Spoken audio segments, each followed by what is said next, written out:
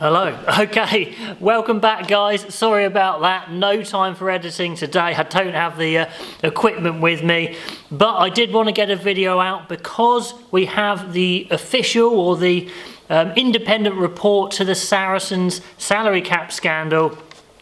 It's out, it's 100 odd pages long, but I thought I'd go through what I think is the crux of the report and what I think it means, and really ask you guys what you think it means, because your comments throughout this whole Saracen saga have been so good. Sure, largely critical, of course. Saracens have breached the salary cap, but also very insightful with lots of reasoning. That's why I like you guys so much. Such quality comments, keep them coming. Okay, so Lord Dysons has led this disciplinary panel, and he has found, or the Commission has found, that Saracens, the club, the breaches of the regulations were not deliberate, which is interesting. And they had advised against relegation as being too harsh a punishment, disproportionate as it says here. So that is a bit unexpected.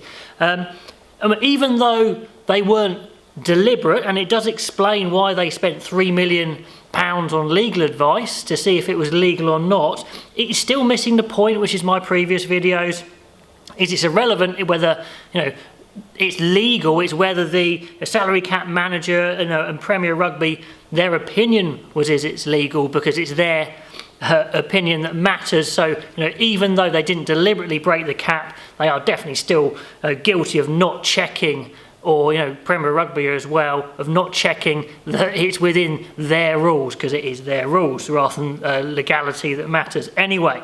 But they say they didn't deliberately break the salary cap, which is interesting. Let me know what you think about that. Does the independent opinion that Saracens were not deliberately trying to break the rules help you think that maybe they weren't trying to cheat? Now, I'm sure many of you will still say they knew what they were doing, etc., but maybe it goes to help their cause a little bit. At the very least, it doesn't make it any worse.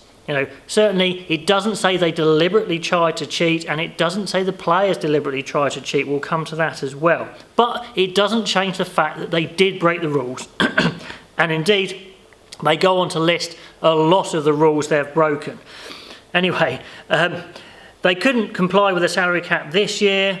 They chose to move down a division rather than open up their financial records, which is another sticking point. So do you agree, even if the relegation was disproportionate, maybe Premier Rugby had to do it, or felt they had to do it, to draw a line in the sand, or certainly give them the offer of relegation, to draw a line in the sand and say that this won't happen again, this won't be tolerated.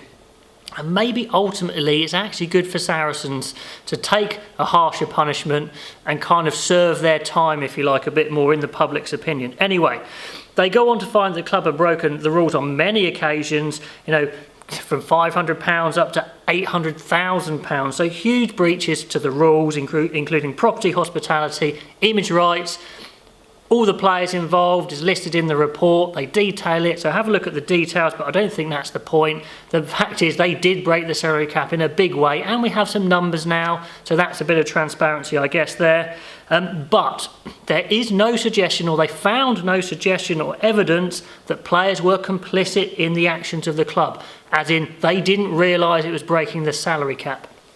And indeed, listening to ex-players on different social outlets like House of Rugby, etc., they're saying that these players aren't really going to be aware of what's going on, who's getting what. Are they adding up all the numbers to try and work it out for themselves? Probably not. So whatever you think of it, it doesn't prove the players are completely innocent, but it certainly helps exonerate them. It takes the pressure off them, and for me, that's good. I really like that. I don't want the players embroiled in this too much. It more is a club thing in my eyes. But anyway, let me know your opinions on that.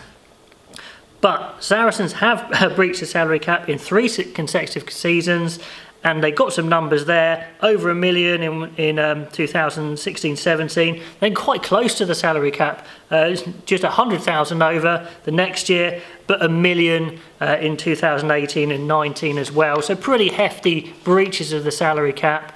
But anyway, it doesn't matter how much they are over, how close they were or not close they were. The rules were broken, that is clear. Was it deliberate? They say not. Did the players know about it? They say not. Has it changed your opinion? Let me know. For me, I don't know, it makes me feel better about looking forward to the Six Nations potentially, and I'm kind of glad for the game that the report came out to get some transparency, not hiding everything. It certainly hasn't, I don't think, made it much worse for the club, and I think maybe it's made it a little bit better for the players as well. But they broke the cap, they've taken a big punishment, and it shows further breaches will not be tolerated. So in my eyes, that's a good thing, and hopefully now we can just get on with the rugby. So next time I see you, it's definitely going to be a Six Nations video. Let me know in the comments below constructively what you think of that report, and until next time, I will see you then. And I'm not editing, so I'm turning off the camera like this.